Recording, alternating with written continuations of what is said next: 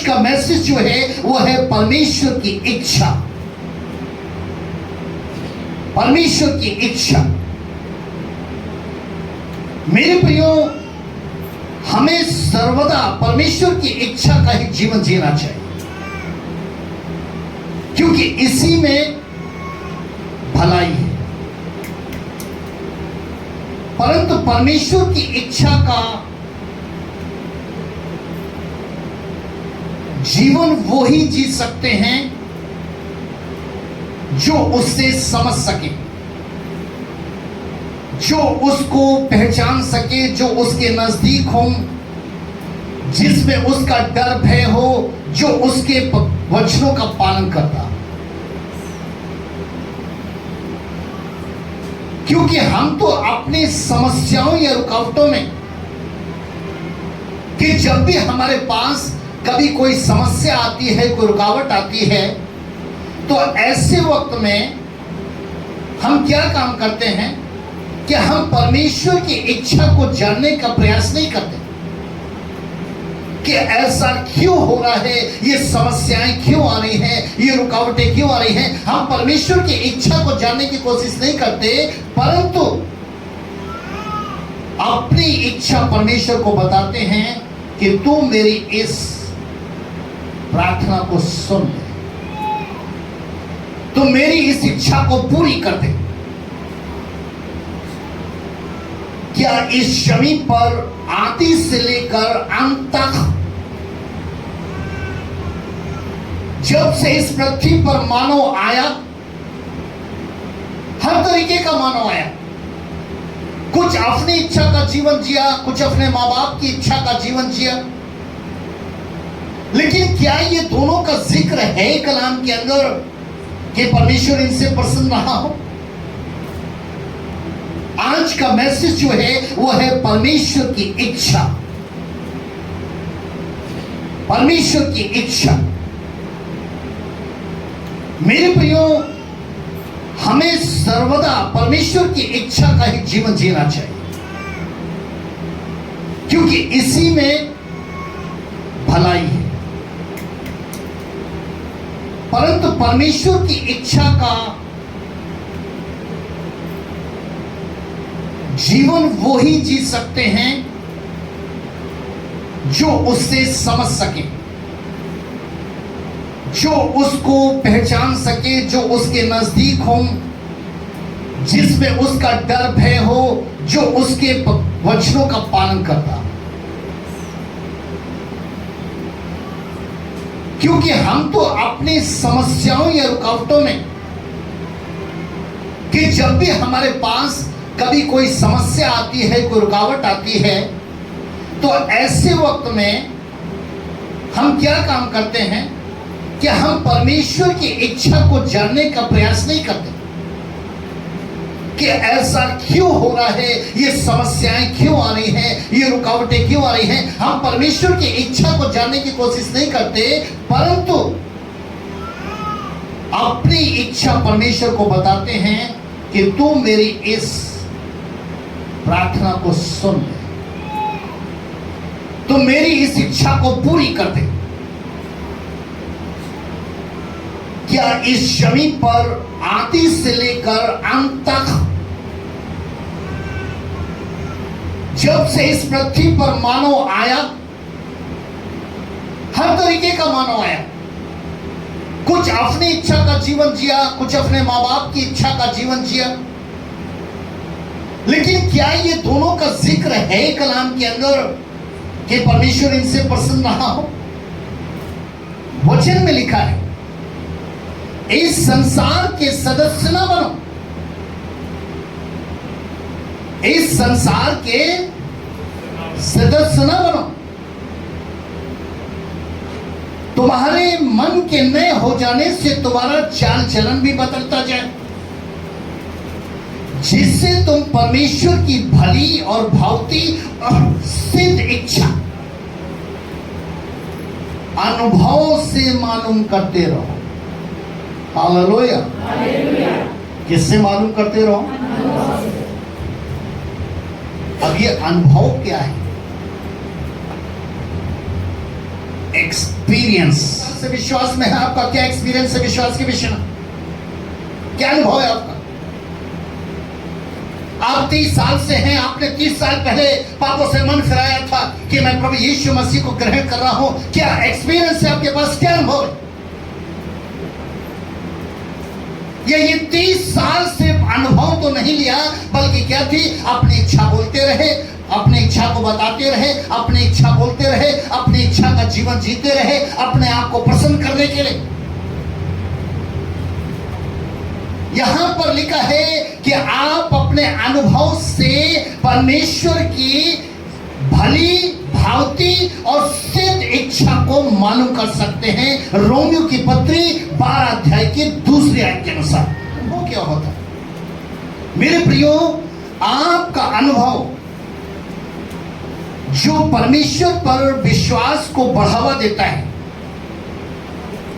आपका अनुभव ही परमेश्वर पर विश्वास करने का बढ़ावा देता है, जिससे आप प्रार्थना करते हैं। और प्रार्थना करने के बाद आप विश्वास करते हैं कि हमारी प्रार्थना को परमेश्वर सुनेगा। यही अनुभव परमेश्वर की इच्छा को समझता है, लेकिन हम इसलिए उस अनुभवों में विश्वास को मजबूत नहीं बना पाते, क्योंकि हम परमेश्वर की इच्छा का जीवन नहीं जीते, बल्कि अपनी इच्छा। इस जमीन पर 30 साल, 40 साल, 50 साल विश्वासी बनकर, पासवान बनकर या एक प्रॉफिट बनकर हम सिर्फ अपनी इच्छा का जीवन जीते रहे, और वो परमेश्वर 30 साल, 40 साल, 50 साल वो हमें अवसर देता रहा, वो हमें अवसर देता रहा।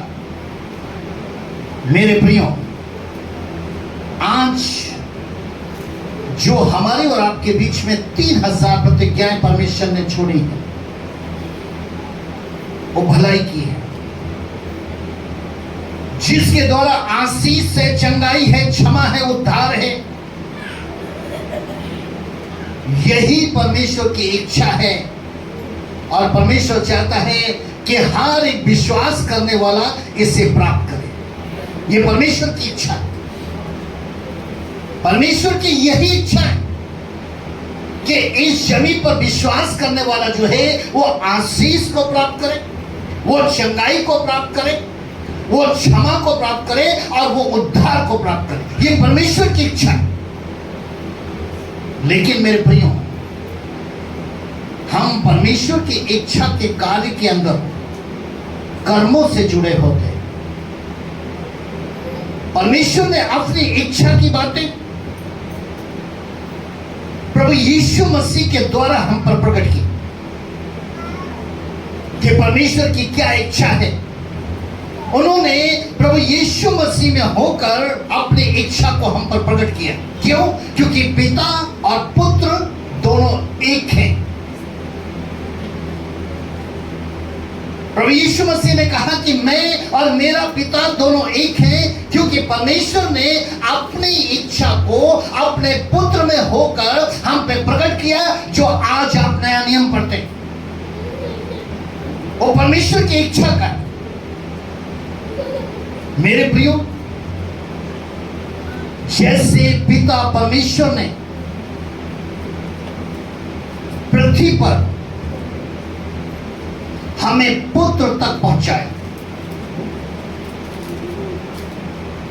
परमेश्वर की इच्छा को जानने के लिए सर्वप्रथम परमेश्वर ने हमें पुत्र तक पहुंचाया, और पृथ्वी पर, और वैसे ही पुत्र के द्वारा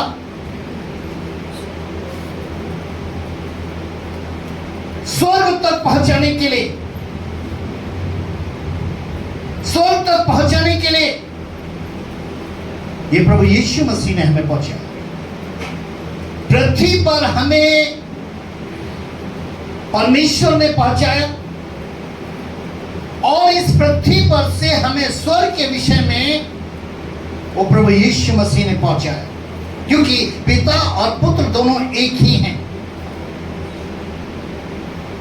इस चीज को आज हम जान ले मेरे प्रियो कि आपके जीवन के अंदर जब तक परमेश्वर की इच्छा का अनुभव नहीं होगा तो आप कैसे समस्याओं से बाहर आ सकेंगे, आप कैसे रुकावटों से आ सकेंगे। ये तो इस जमीन पर एक मानव होने के कारण, एक मानव के अंदर इंसानियत होने के कारण, कुछ भलाइयों के कारण वो समस्याएं, वो रुकावटें जो चली जाती हैं तो वो हमेशा के लिए नहीं जाती। अगर वो हमेशा के लिए जाती तो मेरे प्रियो इस जमीन पर परमेश्वर का पवित्र वचन जो अनुभव के विषय में हमें सिखा रहा है कि आपका अनुभव, आपका एक्सपीरियंस जो विश्वास में 5 साल का है, 10 साल का है, 15 साल का, 20 साल का है, या 1 महीने का है, या 1 दिन का है, या 1 मिनट का है, तो परमेश्वर की इच्छा को जान सकते। 430 साल तक इस्राएली जो समस्याएं, रुकावटों में अपना जीवन जी रहे थे, एक दासता का। कितने साल तक? 430 साल। ये थोड़े होते हैं, ज्यादा होते हैं? मैं आपसे बात कर रहा हूं, थोड़े होते हैं, ज्यादा होते हैं? ये 430 साल तक, लेकिन ये जान नहीं पा रहे थे कि परमेश्वर इनको अपनी इच्छा प्रभु यीशु मसीह के द्वारा प्रकट कर रहा है। प्रभु यीशु मसीह के द्वारा प्रकट करने का अर्थ क्या था? जो आश्चर्य कर्म आप देखते हैं, चाहे वो आश्चर्य कर्म परमेश्वर ने किए हैं तो वो प्रभु यीशु मसीह को प्रकट करने के लिए, और जो प्रभु यीशु मसीह ने आश्चर्य कर्म किए हैं वो पिता परमेश्वर को प्रकट करने के लिए कि वो सर्वदा विश्वास करने वालों के साथ है। इस बात को प्रकट करने के लिए ये हमारे जीवन के अंदर अनुभव होना चाहिए, एक्सपीरियंस होना चाहिए कि परमेश्वर की इच्छा का जीवन। आप सुबह उठकर किसकी इच्छा का जीवन जीते हैं? भगवान परमेश्वर की इच्छा से आते हैं आप जो परमेश्वर से प्रार्थना करते हैं वो उसकी इच्छा की है। जो आप अपने रोजमर्रा के जीवन जीते हैं क्या वो परमेश्वर की इच्छा का है? जो आप परंपराएं, रीति रिवाज लेकर आते हैं क्या वो परमेश्वर की इच्छा का है? ये कभी हमने जानने की कोशिश की?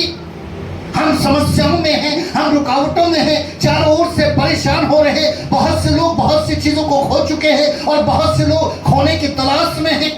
लेकिन ये दोनों प्रकार के लोग ये जानने की कोशिश नहीं कर रहे कि परमेश्वर की इच्छा क्या है। जैसे 430 साल तक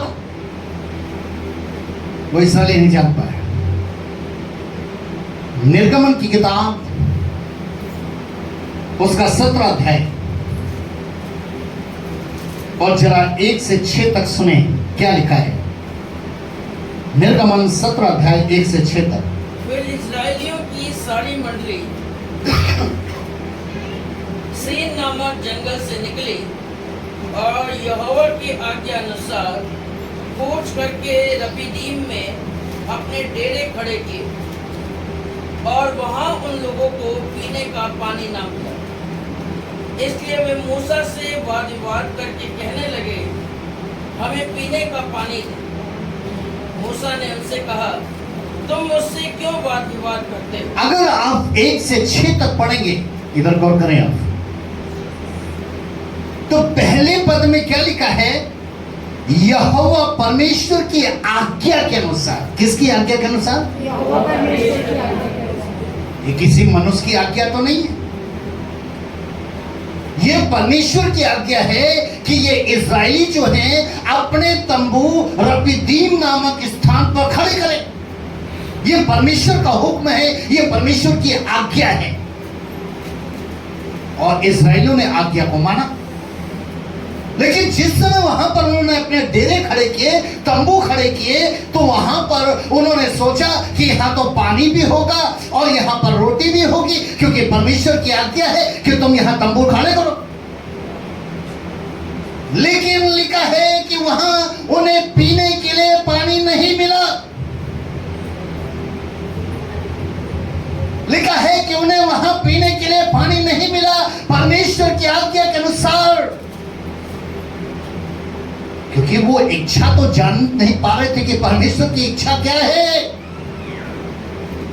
क्योंकि परमेश्वर की इच्छा यह है कि पुत्र पर विश्वास करो, और पुत्र की इच्छा यह है कि हम परमेश्वर पर विश्वास करें, क्योंकि दोनों एक हैं। और इस्राएली नहीं समझ पा रहे थे। परमेश्वर जानता था परमेश्वर की इच्छा क्या है। इसलिए खुदा के कलाम में मेरे लिए लिखा है कि लोग परमेश्वर की आज्ञा के द्वारा ही इस स्थान पर आए थे, लेकिन परमेश्वर ने जानबूझकर उनको पुत्र तक पहुंचाने के लिए ऐसा किया था, ताकि इस्राएली पुत्र तक पहुंच सकें। मेरे प्रियो, परमेश्वर की शिक्षा को इस्राएली समझ नहीं पा रहे थे, क्योंकि अनुभव क्या था?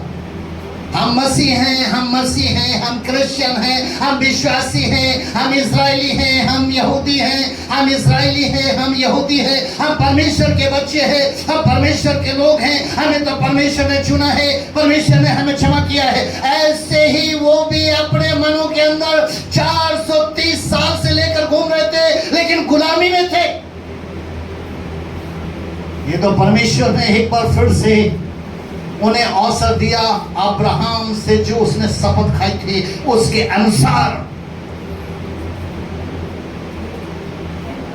इसलिए मेरे प्रियो, इस्राएली ये समझ नहीं पा रहे थे, बल्कि वो तो कुड़कुड़ा और बुड़बुड़ा रहे थे। वो मूसा पर दोष लगा रहे थे, वो परमेश्वर पर दोष लगा रहे थे कि तू और तेरा परमेश्वर हमें यहां मार डालने के लिए लेकर आया है। आप किस पर दोष लगाते हैं जब आप समस्याओं से निकल पाते हैं? ओ, ये पास्टर ठीक नहीं है, ओ हमें तो किसी बड़े पास्टर के पास जाकर प्रार्थना करवानी चाहिए, वो हमारे सारे भंडन टूट जाएंगे। ऐसे बहुत से लोग आत्मिक कलीसियों से भटक जाते हैं, आत्मिक आगुओं से भटक जाते हैं, क्योंकि वो परमेश्वर की इच्छा का राज नहीं जानते, वो परमेश्वर की इच्छा का जीवन नहीं जीते, और न ही कभी जीने के लिए वो परमेश्वर की इच्छा को जानने की कोशिश करते हैं। छठवें पद पर गौर करें।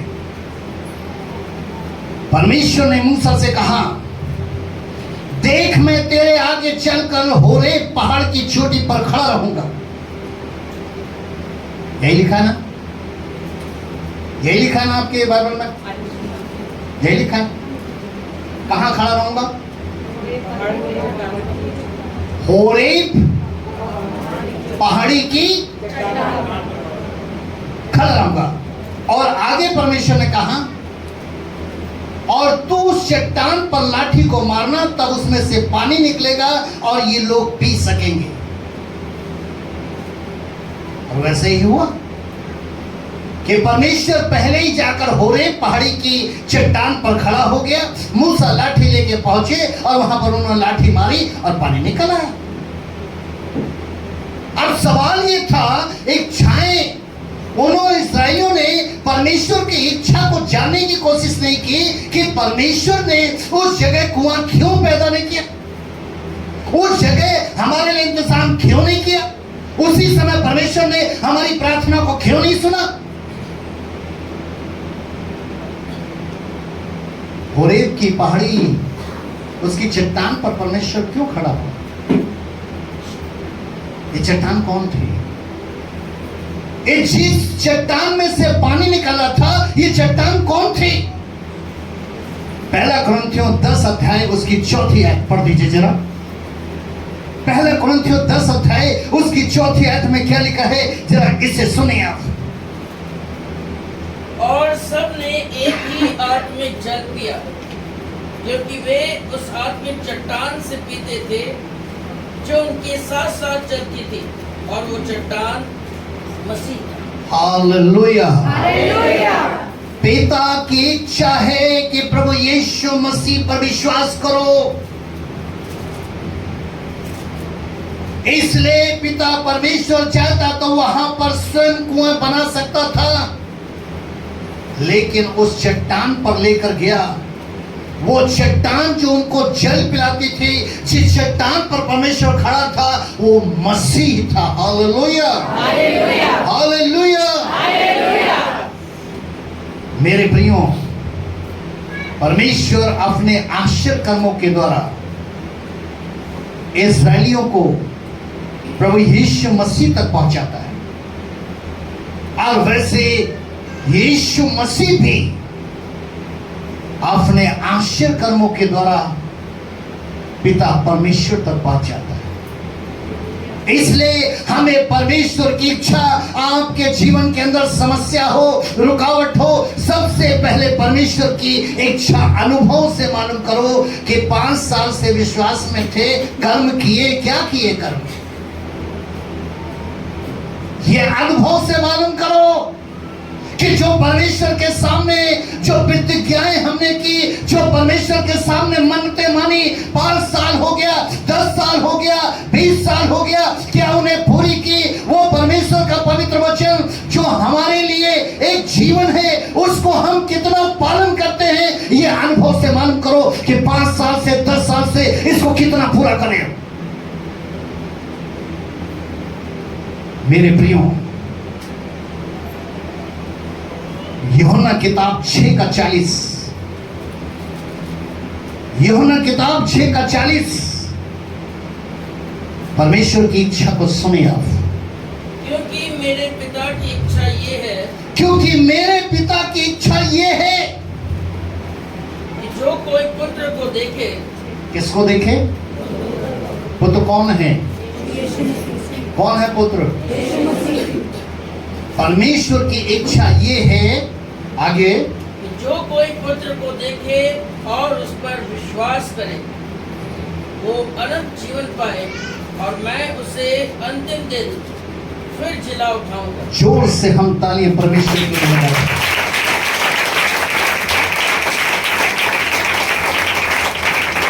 मेरे प्रियो, पिता परमेश्वर की इच्छा यही है कि हम यीशु मसीह पर विश्वास करें ताकि नाश ना हो। पापों के कारण हमेशा के लिए हम आग और गंधक में न डाल दिए जाएं, बल्कि उस पर विश्वास करने के द्वारा हम अनंत जीवन प्राप्त करें और दोबारा आत्मिक देह को पहनकर, आत्मिक शरीर को पहनकर सर्वदा के लिए परमेश्वर के मकान में वास करें। वहीं पर हमें और आपको आनंद जीवन मिलेगा। इसलिए परमेश्वर की इच्छा थी कि इज़राइली पुत्र तक पहुंचे, और पुत्र ने जो आश्चर्य कर्म किए, 5 रोटी और 2 मछली से 20,000 लोगों को खिलाना, ये कितना बड़ा आश्चर्य कर्म था पिता तक पहुंचाने के लिए। कि वहां पर उसने प्रार्थना की, परमेश्वर तेरा धन्यवाद, क्योंकि वो पिता तक पहुंचा रहा था।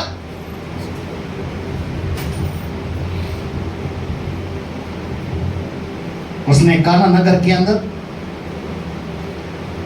हजारों की भीड़ थी एक विवाह में, जहां पर उसने पानी को दाखरस बनाया, क्योंकि वहां पर वो पिता तक पहुंचा रहा था।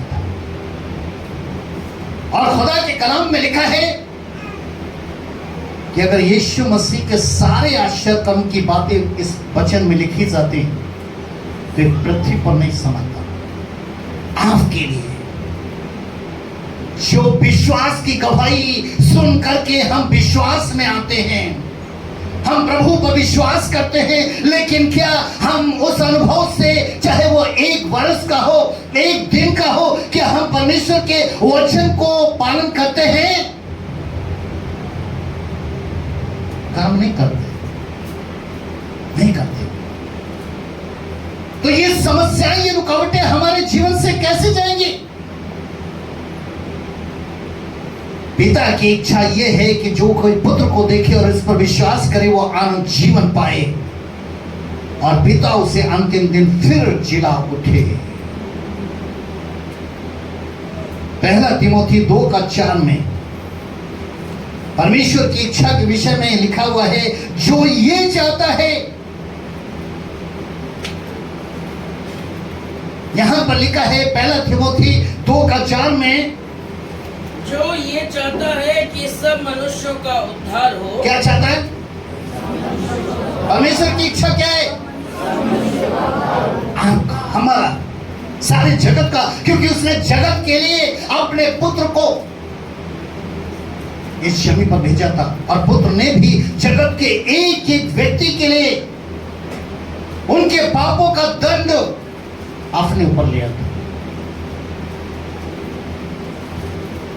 जो ये चाहता है कि सब मनुष्यों का उद्धार हो, और आगे, और वे सत्य को भली भांति पहचान ले।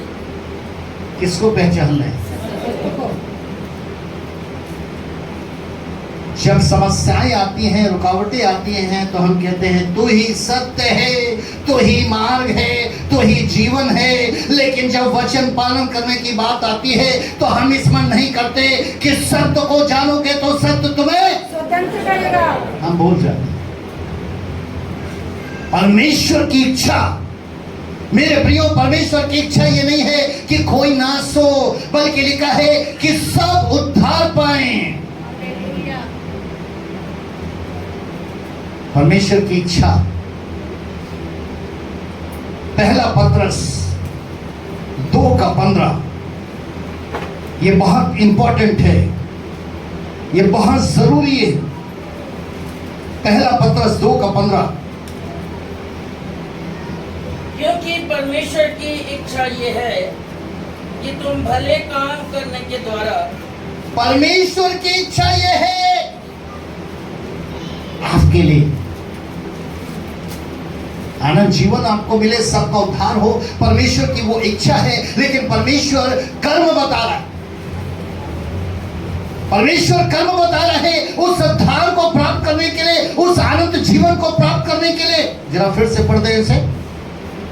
क्योंकि परमेश्वर की इच्छा ये है कि तुम भले काम करने के द्वारा, भले काम करने के द्वारा, अंधा को रास्ता पार करा दिया, हमने सोचा भला काम हो। ये लंगर के बॉक्स में 100 रुपया, 500 रुपया, 1000 रुपया डाल दिया, सोचा भला काम। लंगर करवा दिया, सोचा भला काम हो गया। आगे जरा पढ़ दीजिए, क्यों भला काम, कैसा भला काम, भला काम क्या होता है, जरा सुनिए आगे। कि तुम भले काम करने के द्वारा निर्बुद्धि लोगों की अज्ञानता की बातों को, निर्बुद्धि लोगों की अज्ञानता की बातों को, जो तुम्हारे बीच में चलते फिरते,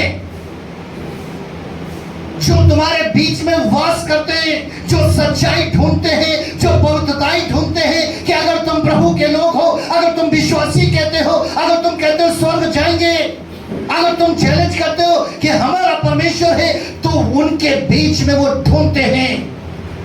ये उन्हें कहा गया है निर्बुद्धि लोगों की अज्ञानता की बातें। उन्हें क्या कर दो? उन्हें बंद कर। इतनी बंद करी। हमने तो बुद्धिमानों के मुख को बंद कर दिया।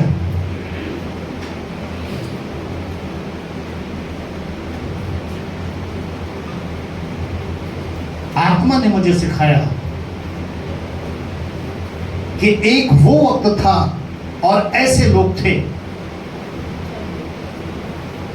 कि जब झूठ बोलते थे तो गवाह की जरूरत होती थी ताकि सच्चाई को जान सके। लेकिन हम ज्यादा से ज्यादा ऐसे लोगों को देख रहे हैं कि जब वो सत्य बोलते हैं तो उससे गवाही मांगी जाती है। निर्बुद्धि की अज्ञानता की बातें बंद नहीं हो रही हैं। परमेश्वर की इच्छा है कि भले कामों के द्वारा, आपके भले कामों के द्वारा, अगर आप मसीह कहलाते हैं, आपकी भलाई के कारण, आपके भलाई के कामों के कारण निर्बुद्धि, ऐसे लोगों की अज्ञानता, ये बातें कैसे बंद होंगी? भले कामों के द्वारा। इसलिए मेरे प्रियो, अनंत जीवन प्राप्त करने के लिए भला काम करना जरूरी है। ये भला काम करना जरूरी है।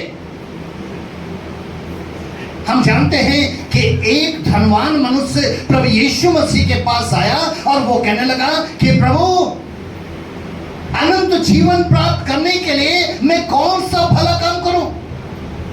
लंगर करूं, भंडारे करूं, अंधे को रास्ता पार कराऊं, क्या करूं मैं? प्रभु ने कहा भला तो एक ही है। हालेलुया। भला तो उसकी आज्ञा को, प्रभु यीशु मसीह धनवान से कह रहा है, यीशु मसीह ऐसे लोगों से कह रहा है जो आज का वचन सुन रहे हैं और सुनकर जानने की कोशिश कर रहे हैं कि प्रभु हम भला काम क्या करें कि मैं अनंत जीवन को प्राप्त कर लूं, मैं उद्धार को प्राप्त कर लूं, इन समस्याओं से छूट जाऊं, इन रुकावटों से छूट जाऊं। परमेश्वर का आत्मा आपको बता रहा है, यीशु ने हजारों वर्ष पहले कहा था, यीशु ने हजारों वर्ष पहले कहा था कि भला तो एक ही है, बस उसी की आज्ञा को माना। मत्ती 19:17 में परमेश्वर के पवित्र वचनों को मानना ही अनंत जीवन को प्राप्त करना है। जिन वचनों में मनुष्यों के प्रति परमेश्वर ने भलाई रखी है, इसलिए उसको मानना जरूरी है। हम तो सिर्फ आशीष और चंगाई के लिए आते हैं। बहुत से ऐसे लोग रहते हैं कि जिनको प्रार्थना करनी नहीं आती, आज तक नहीं सीख पाए होंगे। अगर उनसे प्रार्थना के लिए कोई पासवान बोल दे तो बहुत बड़ी बगावत हो जाएगी, युद्ध हो जाएगा, कलीसिया टूट जाएगी। लेकिन कुछ ऐसे होते हैं जो प्रार्थना में वीर होते हैं, योद्धा होते हैं, धावक होते हैं, साथी होते, दीवाने होते हैं,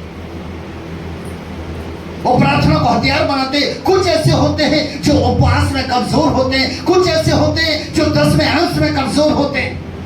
वो जब भी इन वचनों को सुनते हैं तो वो अपने कानों को बंद कर लेते हैं कि काश ये सच्चाई मेरे जीवन में ना जाए, काश ये सच्चाई मेरे जीवन में ना जाए। उसको कई बहानों से तोड़ के मरोड़ के वो यही अपने मन में बैठा लेते हैं कि दशमांश देना जरूरी नहीं है, दान देना जरूरी नहीं है, क्योंकि परमेश्वर तो देने वाला है।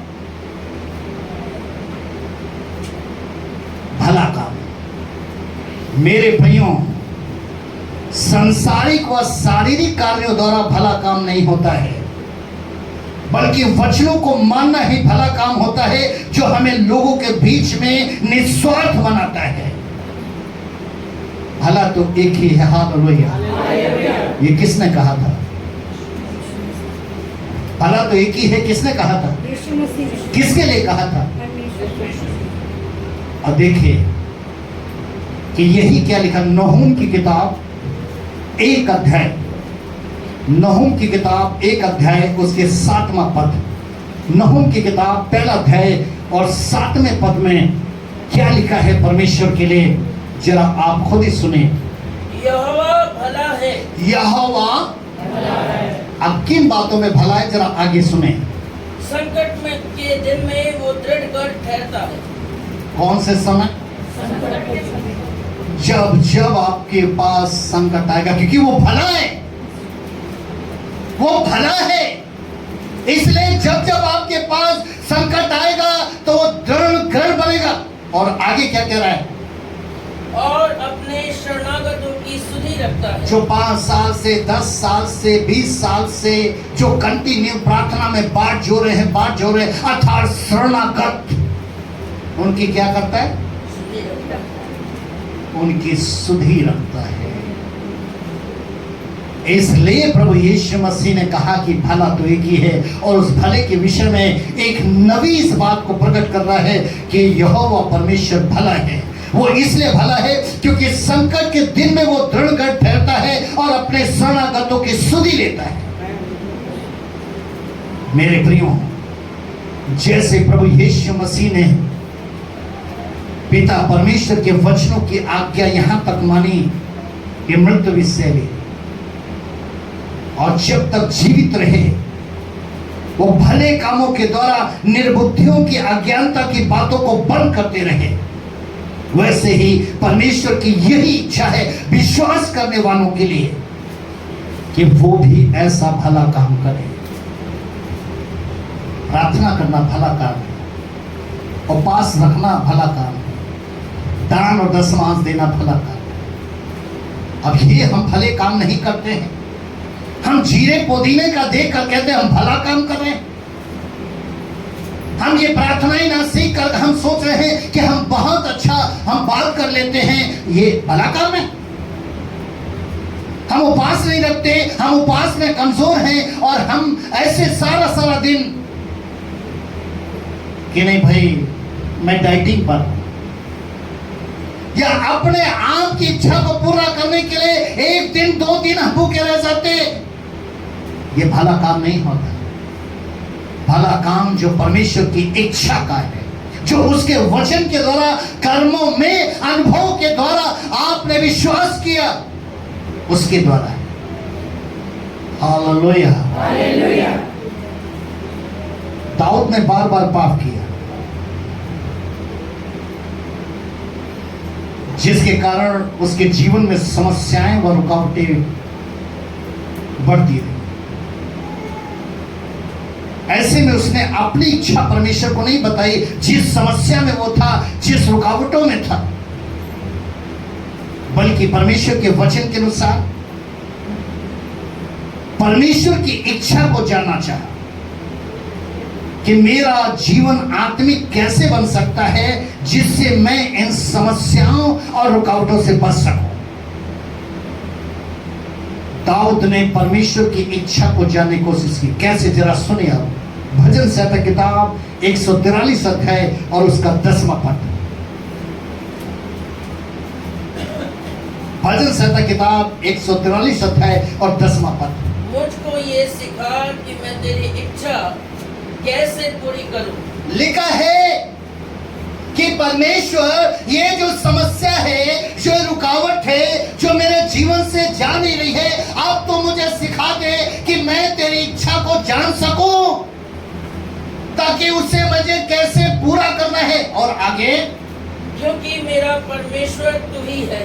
क्योंकि सिर्फ एक ही परमेश्वर है, वो तू है और तू मेरा परमेश्वर है। आगे, तेरा भला आत्मा मुझको धर्म के मार्ग में ले चले। तेरा कौन सा आत्मा? भला आत्मा, कि नफरत का आत्मा, क्रोध का आत्मा, बुराई का आत्मा, दोष लगाने वाला आत्मा। लिखा है कि तेरा भला आत्मा मुझको धर्म के मार्ग पर ले चले। आज ज्यादा से ज्यादा आप विश्वासियों को देखेंगे, वो बुरी आत्मा के द्वारा वो धर्म के मार्ग पर चल। लेकिन दाऊद क्या करे थे? भला आत्मा के द्वारा, जो भलाई का आत्मा है, जो गाली को सुनकर गाली नहीं देता, बुराई को छोड़कर भलाई को ढूंढता है, वो आत्मा मेरे प्रियो, दाऊद ने धर्म के मार्ग पर चलने के लिए परमेश्वर की इच्छा को जाना और उसे अपने अनुभव के द्वारा परमेश्वर की भली भांति सिद्ध इच्छा प्राप्त हुई। अब उसको क्या इच्छा प्राप्त हुई? परमेश्वर ने दाऊद से कहा कि इन समस्याओं में, इन रुकावटों में मेरा वचन तेरे पांव के लिए दीपक और मार्ग के लिए, मेरा वचन तेरे पांव के लिए दीपक और मार्ग के लिए उजाला है। क्योंकि वचन जीवित है, वचन जिंदा है, वचन में सामर्थ्य है, वचन में जीवन है। हालेलुया। इसलिए, लेकिन हम उस वचन को पांव का दीपक, मार्ग का उजाला नहीं बनाते। और दाऊद ने जब बनाया तो उसने परमेश्वर से कहा कि हे परमेश्वर, मैंने तेरे वचन को अपने हृदय में छुपा लिया है। हे परमेश्वर, मैंने तेरे वचन को अपने हृदय में रख छोड़ा है ताकि तेरे विरुद्ध पाप ना करूं। और हमें और आपको क्या सिखाया?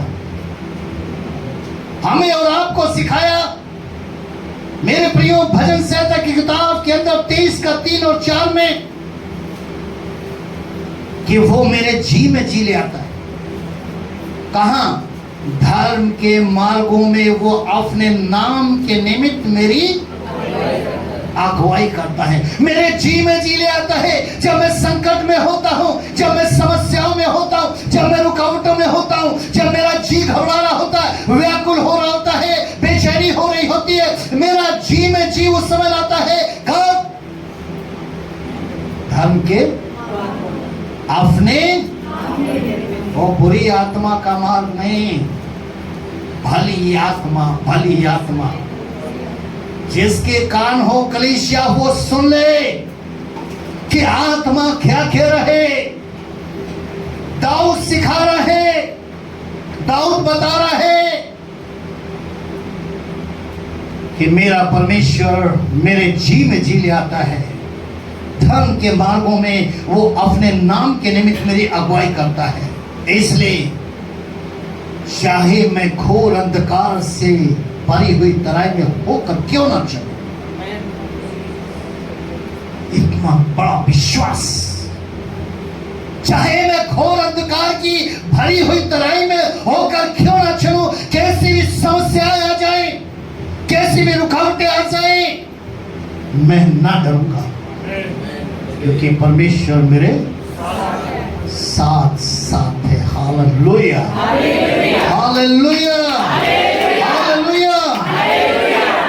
मेरे साथ रहता है और उसके सोटे और उसकी लाठी से सर्वदा मुझे शांति मिलती है। दाऊद जो बार बार पाप करता था, समस्या रुकावटों में आता था, लेकिन जिस दिन उसने परमेश्वर की इच्छा अनुभव से मालूम की और परमेश्वर ने प्रकट किया मेरा वचन, वैसे ही आज परमेश्वर का वचन जो आपको दिया जा रहा है, क्योंकि परमेश्वर संकट के दिनों में अपने विश्वास करने वालों के लिए भला है, उन्हें अनंत जीवन देना चाहता है, उन्हें उद्धार देना चाहता है। लेकिन कब? जब हम भला काम करें, और भला काम है परमेश्वर के वचनों को मानना। इसलिए मेरे प्रियो, पिता ने हमें पुत्र तक पहुंचा दिया और पुत्र ने हमें पिता तक पहुंचाने का वादा किया है। जो परमेश्वर की इच्छा का है वो क्या है? हम और आप आनंद जीवन को प्राप्त करें। इसलिए वचनों को पूरा करते हुए संसार में भले काम के द्वारा अपने अपने अनुभव से परमेश्वर की इच्छा मालूम करते रहो जो आपके लिए भला है। Hallelujah, hallelujah. अंतिम बात, मुझे विश्वास से कि जो समझ नहीं रखते वो पशु समान होते हैं, पशु सरीखे होते हैं जो समझ नहीं रखते। लेकिन मुझे विश्वास है कि आज हम उससे सुन रहे हैं। कितने लोगों को समझ में आ रहा है?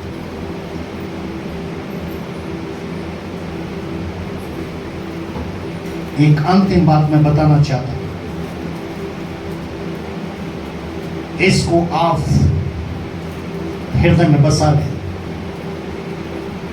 ये है कि परमेश्वर अपनी इच्छा ऐसे समय में प्रकट कर सकता है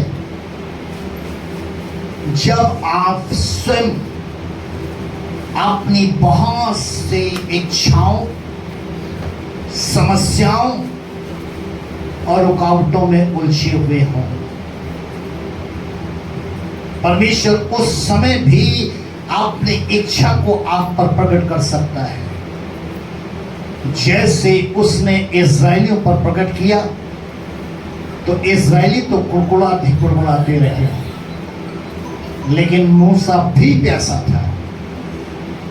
मूसा भी उनके साथ था, लेकिन वो कुड़कुड़ाया बुड़बुड़ाया नहीं। उसने परमेश्वर की इच्छा को जाना और परमेश्वर ने प्रकट किया कि तुझसे पहले मैं होरेब पहाड़ की चोटी पर खड़ा रहूंगा। मूसा समझ गया, अब हमें बचाव मिल गया, अब हमें बचाव मिल गया। आज इस्राएलियों की तरह आप भी, जब परमेश्वर अपनी इच्छा प्रकट कर रहा हो और आप बहुत सी अपनी इच्छा में, अपनी बहुत सी समस्या और रुकावटों में उलझे हुए हो, तो आप भी कुड़कुड़ाएं और बुड़बुड़ाएं ना, बल्कि एक एक्सपीरियंस, एक अनुभव जिसके द्वारा आप अपने बच्चों में एक गवाह ठहरोगे, अपने परिवार में गवाह ठहरोगे, अपनी कलीसियाओं में गवाह ठहरोगे, अपने एक्सपीरियंस के द्वारा कि आप कितना प्रभु के वचनों को मानते हैं।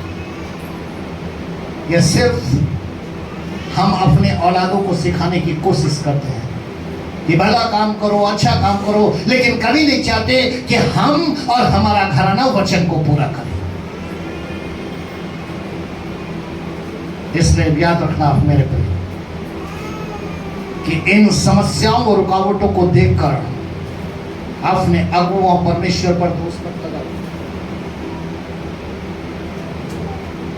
कि मैंने व्यर्थ पापों से मन फिराया, मैंने व्यर्थ परमेश्वर पर विश्वास किया, परंतु उस पर विश्वास रखो, क्योंकि उसकी इच्छा यही है कि सब उद्धार, कोई नाश ना हो। ये परमेश्वर की इच्छा है। जब पढ़ दीजिए इस वचन को, फिर हम बंद करते हैं इसको। मत्ती किताब उसका 18 का 14 कि प्रभु यीशु मसीह क्या कहते हैं। मत्ती 18 का 14, ऐसा ही तुम्हारे पिता की जो स्वर्ग में है, ये इच्छा नहीं कि इन छोटों में से एक भी नष्ट हो। परमेश्वर की इच्छा ये नहीं है कि आप समस्याओं या रुकावटों में नाश हो जाए। परमेश्वर की इच्छा है कि सबका उद्धार हो। परमेश्वर की इच्छा है कि सबको आनंद जीवन मिले। Hallelujah, hallelujah, hallelujah. हालेलुया। परमेश्वर की इच्छा जो 3000 प्रतिज्ञाएं जो प्रभु यीशु मसीह के द्वारा इस जमीन पर हमें और आपको बताई गई कि कोढ़ी शुद्ध होगा, बीमार चंगा होगा, मृतक जिंदा होगा और दुष्ट आत्माएं जाती रहेंगी। परमेश्वर की इच्छा कि कोई नाश ना हो। प्रभु यीशु मसीह ने कोढ़ी को शुद्ध किया, आश्चर्य कर पिता तक पहुंचाने के लिए, बीमारों को चंगा किया पिता तक पहुंचाने के लिए, मृतकों को जिंदा किया पिता तक पहुंचाने के लिए, दुष्ट आत्माओं को निकाला पिता तक पहुंचाने के लिए। ये वो आश्चर्य कर्म है। आपने जो देखा, जो सुना, ये कैसा अनुभव है। इसी अनुभव से आप परमेश्वर की इच्छा को मालूम करते रहेंगे। इन वचनों में परमेश्वर आपको आशीष दे। Hallelujah, hallelujah, hallelujah, hallelujah, hallelujah.